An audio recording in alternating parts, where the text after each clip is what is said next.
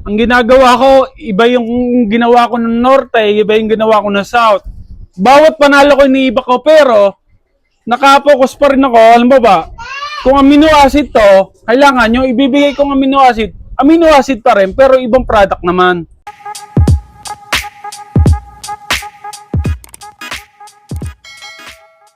Ito naman si Cagayanon.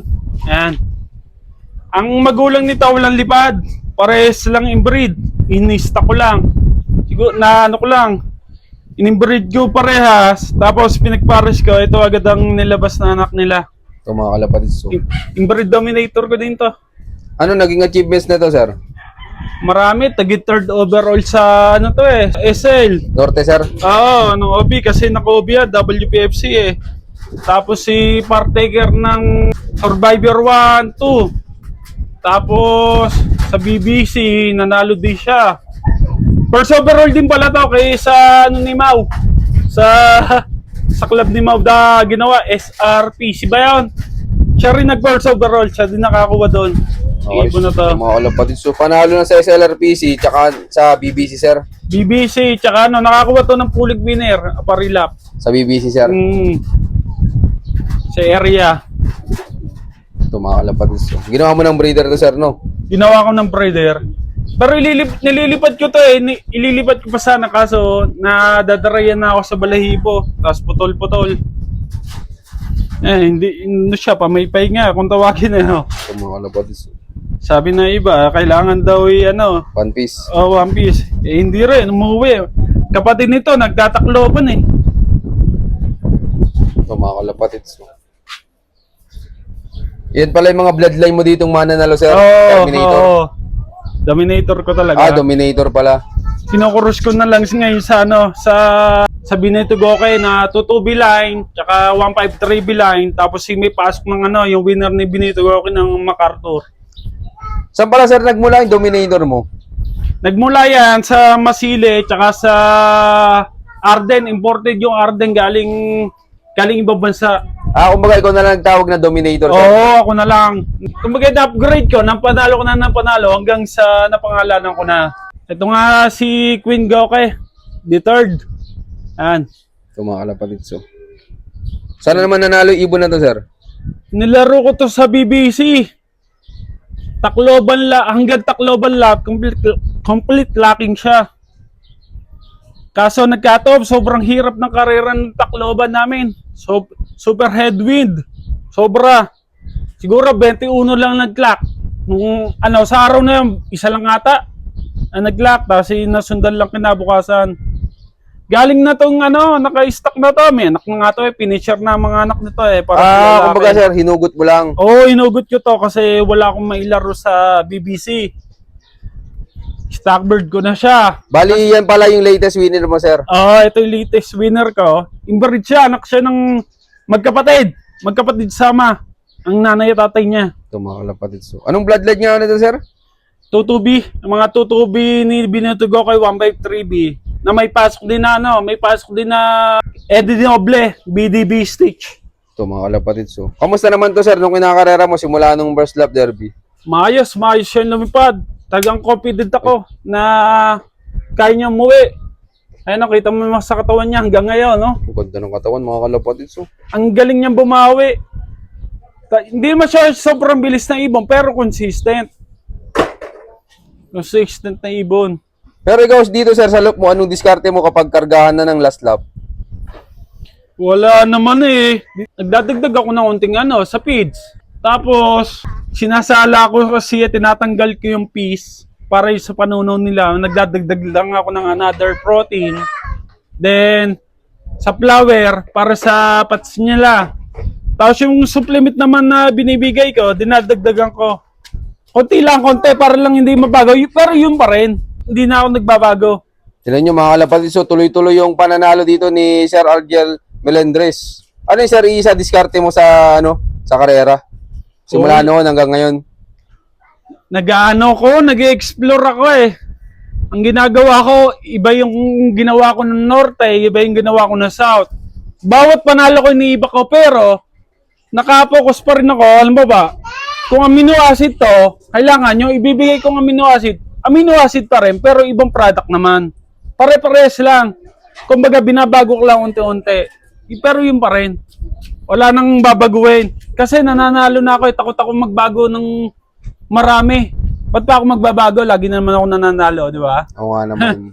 Congrats kay Sir Algel Merendez. Yan, abangan natin yung mga magiging anak nito mga kalapatid. So, inugot lang to, galing Stockbird, nanalo pa. Ano pala naging achievements ng ibon na yan, sir? Bali ano siya, sa FR1 ng BBC 9th overall, sa FR2 ng BBC 24th overall, tapos sa OB, nakalimutan ko pang ilan siya eh. Basta pumesto rin siya sa ano, pero wala sa siguro nasa top 20, yun naman nakuha niya. Pero kung siya yung nag-lock ng ano, kahit 600 ng Tacloban, ang laki na makukuha niya kasi nga, hanggang Tacloban, complete locking na siya bago mag-Tacloban lap. Kumbaga sir, sa Tacloban lang na lake, no? Oo, Tacloban lang talaga. Galing to ibon na to. Ito mga kalapatid. So, abangan pa natin yung mga magiging anak nito. O, ilalaro mo pa yan, sir? Hindi, i-breed ko na kasi breeder naman talaga siya eh. So, hinugot lang mga kalapatid. Pinarero ko lang, wala akong mapanlaro sa BBC. Ang mapapayo ko lang sa mga newbie, syempre, kung mag-iibon ka, dapat yung sigurado ka, yung gustong-gusto mo yung ginagawa mo. Hindi yung mauso lang, kaya ka nag-iibon. Kailangan, gustong-gusto mo. Handa ka sa lahat. Handa ka sa budget, handa ka mawalan. Tapos, yun nga, huwag kang bibili ng kung maraming ibon na kung ano-ano. Mag-ano ka lang, mag-invest ka lang siguro, mga 2 pares, 3 pares. Yung muna pagsimulan mo. Tapos, pag nasanay ka, tapawi, tsaka magparami. Mahirap din mag-ibon, magastos. Tsaka ano, huwag masyadong magamot sa ibon. Kailangan, gumamit ka ding herbal. Yung kasi ang kamalian minsan ng newbie eh. Bigay ng kung ano ang gamot. Kaya ang ibon, nalilito kung saan kung anong gamot ang epekto.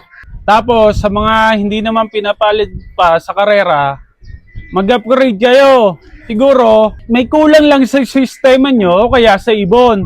Kung kulang sa sistema nyo, kailangan pag-usayin nyo pa, galingan nyo pa. Darating din yung araw na kayo naman ang mananalo. Tapos, siguro, kung sa bloodline naman, mag-upgrade kayo ng bloodline. Alam nyo, kung sino yung nananalo, taon-taon, yung consistent, kumbaga. Hindi man lagi overall eh, hindi man lagi first overall eh. Ang usapan na naman dito, yung lagi nananalo. Hindi yung, pag nanalo si gano'n, doon tayo bibili. Hindi, dapat doon sa consistent.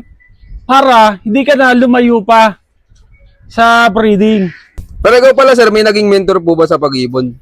Ay, sa pag-ibon, wala ako naging mentor eh. Bata pa lang ako hanggang sa bumalik ako. Wala sa akin nag-mentor. Ang ginawa ko, nagbasa ako nagbasa. Tapos, sa internet, nakakabasa rin, sa magazine. Ayun, inadapt ko na lang, Kailangan lang pala ng ibon, electrolytes, minerals, amino acid, yun lang ginamit ko sa nagpanalo. Yun, maraming salamat sir. Tapos sir, pwedeng malaman ano palang mga gamit mong supplements dito sa loob mo? Gamit ko noon pa, B22. Gano'ng kamura ang B22 noon? Siguro mga 150 lang isa noon. Tapos B12. Tapos, ang B12 pa noon, yung bilog na pang army. Mura lang din yun, 50 lang ata, 45. Pero 100 pieces. Tapos Lactamino, ang pinapainom ko yun. Tsaka electrolytes, Electrogen D+. Ilang basta kung ano lang yung kaya ng bulsa ko, tsaka madaling hanapin sa poultry supply, yun lang ang binibigay ko. Sir, tapos sir, tingin mo ano yung pinaka-importante sa pagkakalapati para manalo? Unang-una, syempre yung bulsa natin. Hindi naman tayo hindi pa tayo makapag-raise na ayos. Wala tayong paggastos sa ibon eh. Tsaka syempre, kailangan magpalabas tayo ng healthy YB. Unang-una dyan, yung breeder natin, i-condition natin ng tama. Para yung magiging itlog nila, magiging anak nila, magiging healthy. Tapos, subaybayan ang lalag natin, yung pagpapalakas kanila. Basta healthy. Okay, ilalaban ka na hanggang dulo. Sir, tapos sir, tingin mo gaano kasaya sa pagkakalapati? Masaya sa pagkalapate. Yung uuwi sila galing sa malayo, pero nandiyan pa rin sila. Tapos uwi, yung may sugat, uuwi rin sa'yo. talagang kakatawa. Pauwihan ka ha. Pauwi at uwi ang kalapate hanggat gusto nila. Muli, ako si Arjan Melendres, ang Pigeon Panzer ng Baclaran, Cabuyao, Laguna. And I love this game. Yon, maraming salamat sa solid yung suporta mga kalapatid. Sa siyempre, maraming salamat din kay Sir Argel. Yan, sa Thank you. pagpapaulak muli na makapag-love visit tayo sa kanya. Sir, baka pala may mga gusto kong i-shoutout dyan. Marami. Pa-shoutout tayo sa mga tropa natin dyan, lalo sa mga nanalo. Kay Mike Mira Flores. Siya, nanalo ngayon ng PHA MacArthur. First siya. Tapos kay Erickson Catalan. Yan. Nag-lockday sa MacArthur. Baka naman. Tapos shoutout sa mga Team Cabuyao, Team Calamba, Team Santa Rosa. Sa lahat ng kakilala ko. Kasi baka may makalimutan pa ako. Siyempre, lalo na shoutout sa asawa ko. Han, magano lang kayo sa init dyan.